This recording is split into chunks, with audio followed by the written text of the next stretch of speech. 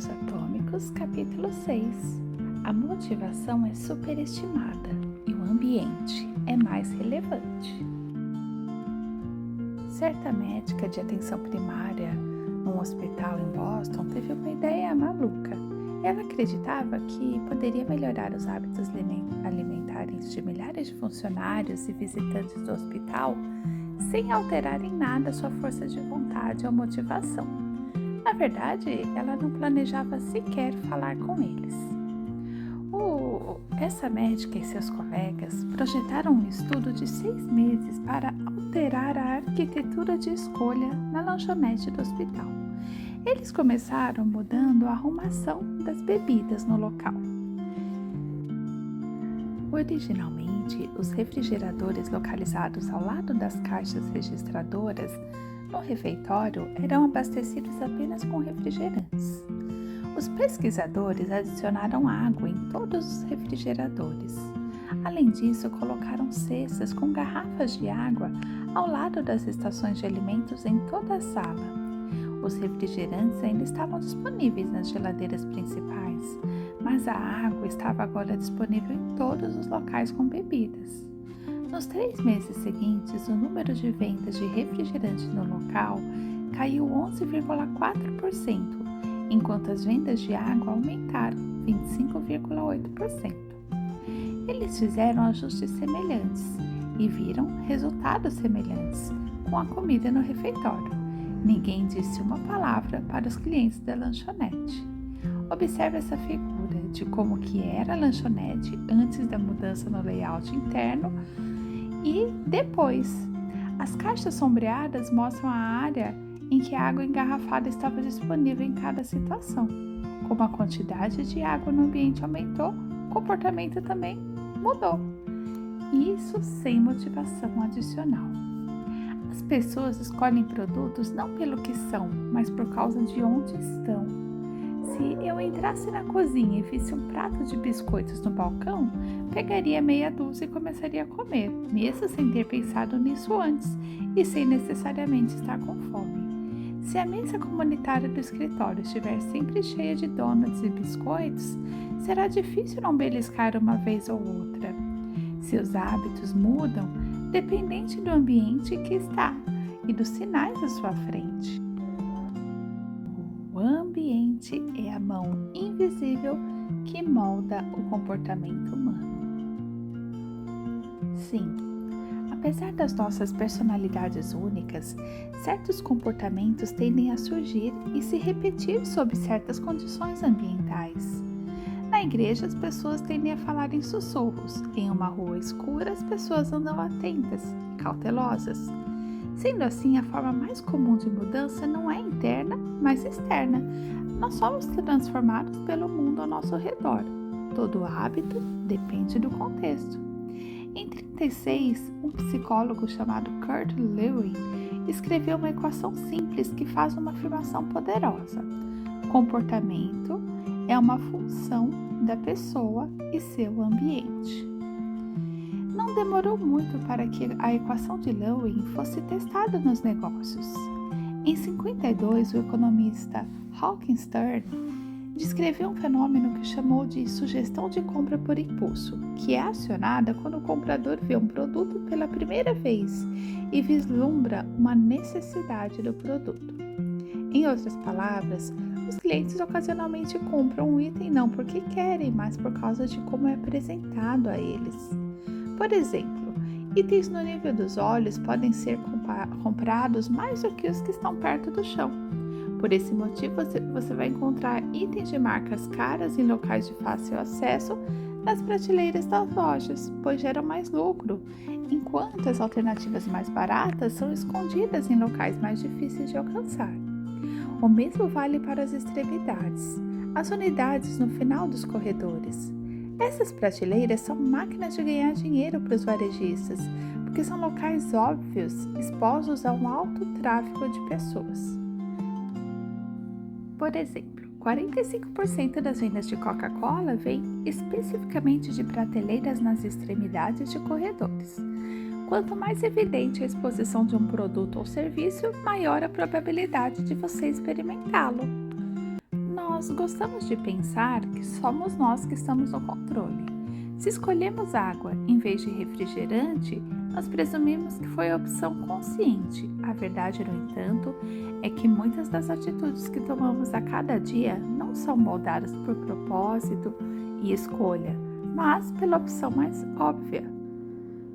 Todo ser vivo tem seus próprios métodos para perceber e entender o mundo. Águias têm uma impressionante visão a longa distância. Cobras sentem cheiros degustando o ar com suas línguas altamente sensíveis. Os tubarões são capazes de detectar pequenas quantidades de eletricidade e vibrações na água causadas por peixes nas proximidades. Até mesmo bactérias têm quimiorreceptores, que são minúsculas células sensoriais que lhes permitem detectar substâncias químicas tóxicas em seu ambiente. Nos seres humanos, a percepção é dirigida pelo sistema nervoso sensorial. Percebemos o mundo através da visão, audição, olfato, tato e paladar. Mas também temos outras maneiras de sentir estímulos. Alguns são conscientes, mas muitos são não conscientes. Por exemplo, você consegue perceber quando a temperatura cai antes de uma tempestade, quando a dor de estômago aumenta ou quando perde o equilíbrio enquanto caminha em solo rochoso. Os receptores de seu corpo captam uma ampla gama de estímulos internos, como a quantidade de sal no sangue ou a necessidade de beber algo quando você está com sede. A mais poderosa de todas as habilidades sensoriais humanas, no entanto, é a visão. O corpo humano tem cerca de 11 milhões de receptores sensoriais. Aproximadamente 10 milhões deles são dedicados à visão. Alguns especialistas estimam que metade dos recursos do cérebro são usados na visão. Dado que somos mais dependentes da visão do que qualquer outro sentido, não é de surpreender que os estímulos visuais sejam o maior catalisador de nosso comportamento. Por essa razão, uma pequena mudança no que você vê leva a uma grande mudança no que você faz.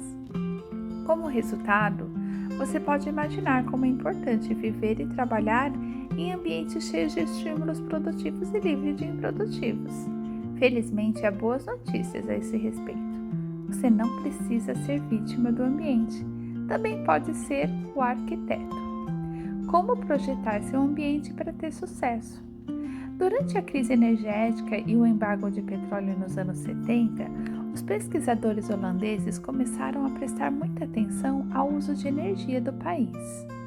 Em um subúrbio perto de Amsterdã, eles descobriram que alguns proprietários de casas consumiam 30% menos energia do que seus vizinhos, apesar de as casas serem de tamanho similar e do preço da eletricidade ser o mesmo. Acontece que as casas nesse bairro eram quase idênticas, exceto por um detalhe: a localização do medidor de luz. Em algumas casas ficava no porão, em outras no andar superior, no corredor principal. Como você pode imaginar, as casas com medidores localizados no corredor principal consumiam menos eletricidade. Quando o consumo de energia era óbvio e fácil de rastrear, as pessoas mudavam seu comportamento. Todo hábito é iniciado por um estímulo, e é mais provável que percebamos aqueles que se destacam. Infelizmente, os ambientes em que vivemos e trabalhamos, muitas vezes, favorecem não praticar certas ações porque não há qualquer estímulo óbvio para acionar o comportamento. É fácil não praticar violão quando ele está escondido no armário. É fácil não ler um livro quando a estante está num canto, lá no quarto de hóspedes. É fácil não tomar suas vitaminas quando elas estão fora de vista, na despensa. Quando os estímulos que desencadeiam um hábito são sutis ou ocultos, são fáceis de ignorar. Por comparação, criar estímulos visuais óbvios chama sua atenção para um hábito desejado. No início dos anos 90, a equipe de limpeza do aeroporto de Schiphol, em Amsterdã, instalou um pequeno adesivo que parecia uma mosca no centro de cada mictório. Aparentemente, quando os homens se aproximavam dos mictórios, eles apontavam para o que pensavam ser um inseto. Os adesivos melhoraram sua pontaria e reduziram o escape ao redor dos mictórios. Análises posteriores determinaram que os adesivos reduziram os custos de limpeza do banheiro a 8% ao ano. Experimentei o poder dos estímulos óbvios na minha própria vida. Eu costumava comprar maçãs, colocá-las na gaveta de vegetais na parte inferior da geladeira e esquecê-las. No entanto, no momento em que eu me lembrava, elas já estavam estragadas. Eu não as via, então não as comia. Finalmente aceitei meu próprio conselho e redesenhei meu ambiente. Comprei uma tigela grande e coloquei no meio da bancada da cozinha. A próxima vez que comprei maçãs foi lá que as coloquei, bem no meio da cozinha onde eu podia vê-las. Quase como mágica, comecei a comer algumas maçãs todos os dias, simplesmente porque estavam à vista e não escondidas. Algumas maneiras de redesenhar o seu ambiente e tornar os estímulos para os hábitos preferidos mais óbvios seriam: se você quiser lembrar da sua medicação toda noite, coloque o frasco de comprimidos bem ao lado da pia do banheiro. Se quer praticar violão com mais frequência, coloque-o num suporte no meio da sala de estar. Você quer lembrar de enviar cartões de agradecimento? Mantenha uma pilha de papel de carta na sua mesa. Se quer beber mais água, encha garrafas de água todas as manhãs e espalhe pelas áreas mais frequentadas da casa. Se você quiser transformar o hábito em uma grande parte da sua vida, torne o estímulo grande parte do seu ambiente. Os comportamentos mais persistentes geralmente têm vários estímulos. Pense em quantas maneiras diferentes um fumante pode ser levado a pegar um cigarro, dirigindo o carro, vendo um amigo fumar, sentindo-se estressado no trabalho e assim por diante. A mesma estratégia pode ser empregada para criar bons hábitos. Ao espalhar estímulos ao seu redor, você aumenta as chances de se lembrar de seu hábito ao longo do dia. Certifique-se de que a melhor escolha seja sempre a mais óbvia. Tomar uma decisão melhor é fácil e natural quando os gatilhos dos bons hábitos estão bem à sua frente. A reconfiguração do ambiente é poderosa, não apenas porque influencia o modo como nos envolvemos com o mundo, mas também porque raramente é uma criação nossa. A maioria das pessoas vivem em um mundo que os outros criaram para elas, mas você pode modificar os espaços em que vive e trabalha para aumentar sua exposição a estímulos positivos e reduzir os negativos. O planejamento do ambiente permite retomar o controle e se tornar o arquiteto da sua vida. Seja o criador do seu mundo e não apenas o consumidor. O contexto é o estímulo. Os estímulos ou gatilhos que desencadeiam um hábito podem começar de maneira muito específica, mas com o passar do tempo, seus hábitos se associam não apenas a um único gatilho, mas a todo o contexto que cerca o comportamento. Por exemplo, muitas pessoas bebem mais em situações sociais do que jamais beberiam sozinhas. O gatilho raramente é um estímulo único, mas sim toda a situação. Ver seus amigos pedindo bebidas, ouvir música no bar, ver as cervejas sendo servidas. Mentalmente atribuímos nossos hábitos aos locais em que ocorrem: a casa, o escritório, a academia. Cada local desenvolve uma conexão com certos hábitos e rotinas. Você estabelece um relacionamento particular com os objetos em sua mesa, os itens na bancada de sua cozinha, as coisas em seu quarto. Nosso comportamento não é definido pelos objetos no ambiente, mas pelo nosso relacionamento com eles. Na verdade, essa é uma maneira útil de pensar sobre a influência do ambiente no seu comportamento. Pare de pensar no ambiente como um conjunto de objetos. Comece a pensar nele com base nos relacionamentos. Pense em como interage com os espaços ao seu redor. Para uma pessoa, o sofá é o lugar onde ele lê 1 hora toda noite. Para outra, o mesmo sofá é o local em que assiste televisão e toma sorvete depois do trabalho. Pessoas diferentes podem ter diferentes memórias, portanto, hábitos diferentes associadas ao mesmo lugar. A boa notícia: você pode se treinar para associar um hábito específico a um determinado contexto. Em um estudo, cientistas instruíram insônios a irem para a cama apenas quando cansados. Se não conseguissem adormecer, deveriam se sentar em um cômodo diferente até que sentissem sono. Com o tempo, eles começaram a associar o contexto de sua cama com a ação de dormir, e ficou mais fácil adormecer rapidamente quando iam para a cama. Seus cérebros aprenderam que dormir, não mexer nos telefones, assistir televisão ou olhar para o relógio Era a única ação que acontecia naquele ambiente.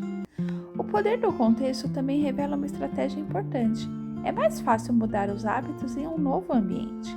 Ajuda a fugir de estímulos e gatilhos sutis que o levam a seus hábitos atuais.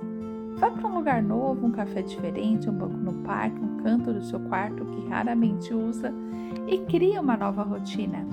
É mais fácil associar um novo hábito a um novo contexto do que construir um novo hábito na presença de estímulos concorrentes. Pode ser difícil ir para a cama cedo se você costuma assistir televisão no seu quarto todas as noites. Pode ser difícil estudar na sala de estar sem se distrair se é lá que você sempre joga videogame. Mas quando você sai do ambiente normal, deixe suas tendências comportamentais para trás. Não estará mais lutando contra antigos estímulos ambientais, o que permite que novos hábitos se formem sem interrupção. Quer pensar de forma mais criativa? Vá para uma sala maior, um pátio na cobertura ou um prédio com arquitetura ampla. Tire uma folga do espaço onde trabalha diariamente, que também está ligado aos seus padrões de pensamentos atuais. Você está tentando se alimentar de forma mais saudável? É provável que você faça compras no piloto automático no supermercado de costume. Experimente um novo mercado. Você pode achar mais fácil evitar alimentos não saudáveis quando seu cérebro não sabe automaticamente onde eles estão na loja. Quando não conseguir ir para um ambiente totalmente novo, redefina ou reorganize o atual. Crie um espaço separado para trabalho, estudo, exercício, entretenimento. Tem um mantra bem útil que diz: um espaço, um uso. Quando comecei minha carreira como empreendedora, eu costumava trabalhar no meu sofá ou na mesa da cozinha. À noite tinha dificuldade em parar de trabalhar. Não havia divisão clara entre o final do expediente e o início do tempo pessoal. A mesa da cozinha era meu escritório ou local de fazer refeições. O sofá era para relaxar ou enviar e-mails. Tudo acontecia no mesmo lugar. Alguns anos depois, finalmente consegui me mudar para uma casa com uma sala separada para o meu escritório. De repente, o trabalho era algo que acontecia aqui, a vida pessoal era o que acontecia lá fora, e foi mais fácil desligar o lado profissional do cérebro, quando havia uma linha divisória bem clara entre vida profissional e doméstica. Cada ambiente tinha um uso principal. A cozinha era para cozinhar, o escritório para trabalhar. Sempre que possível, evite misturar o contexto de um hábito com o outro. Quando começa a misturar contextos, você começa a misturar hábitos e os mais fáceis geralmente vencem. Essa é uma das razões pelas quais a versatilidade da tecnologia moderna é tanto um ponto positivo quanto negativo. Você pode usar seu telefone para todos os tipos de tarefas, o que o torna um dispositivo poderoso. Mas quando é possível usar seu telefone para praticamente tudo, fica difícil associá-lo a uma só tarefa. Você quer ser produtivo, mas também está condicionado a navegar nas redes sociais, verificar e-mails e jogar sempre que pega o telefone. É uma confusão de estímulos. Você pode estar pensando: você não entende, moro em São Paulo, meu apartamento é do tamanho de um smartphone, preciso que cada cômodo desempenhe vários papéis. Justo. Se seu espaço é limitado, divida-o em zonas de atividade, uma cadeira para ler, uma mesa para escrever e uma mesa para comer. Faça o mesmo com espaços digitais. Conheço um escritor que usa seu computador apenas para escrever, seu tablet apenas para leitura e o telefone apenas para usar mídias sociais e enviar mensagens de texto. Todo hábito precisa de um lar. Se conseguir manter essa estratégia, cada contexto ficará associado a um hábito e a um modo de pensamento específicos. Os hábitos prosperam sob circunstâncias previsíveis como essas. O foco surge automaticamente quando você se senta em sua mesa de trabalho. O relaxamento é mais fácil se estiver um espaço projetado para isso. O sono vem rapidamente quando é a única coisa que acontece no seu quarto. Se quer ter comportamentos estáveis e previsíveis, mantenha um ambiente estável e previsível. Um ambiente estável em que tudo tem um lugar e propósito é um ambiente em que os hábitos se formam facilmente. Resumo do capítulo: pequenas mudanças no contexto levam a grandes mudanças no comportamento ao longo do tempo. Todo hábito é iniciado por um estímulo ou gatilho. É mais provável que notemos os estímulos que se destacam. Torne os estímulos de bons hábitos óbvios em seu ambiente. Gradualmente, seus hábitos acabam associados não a um único gatilho, mas a todo o contexto que envolve o comportamento. O contexto se torna o estímulo. É mais fácil construir novos hábitos em um novo ambiente, porque você não precisa lutar contra aqueles velhos estímulos.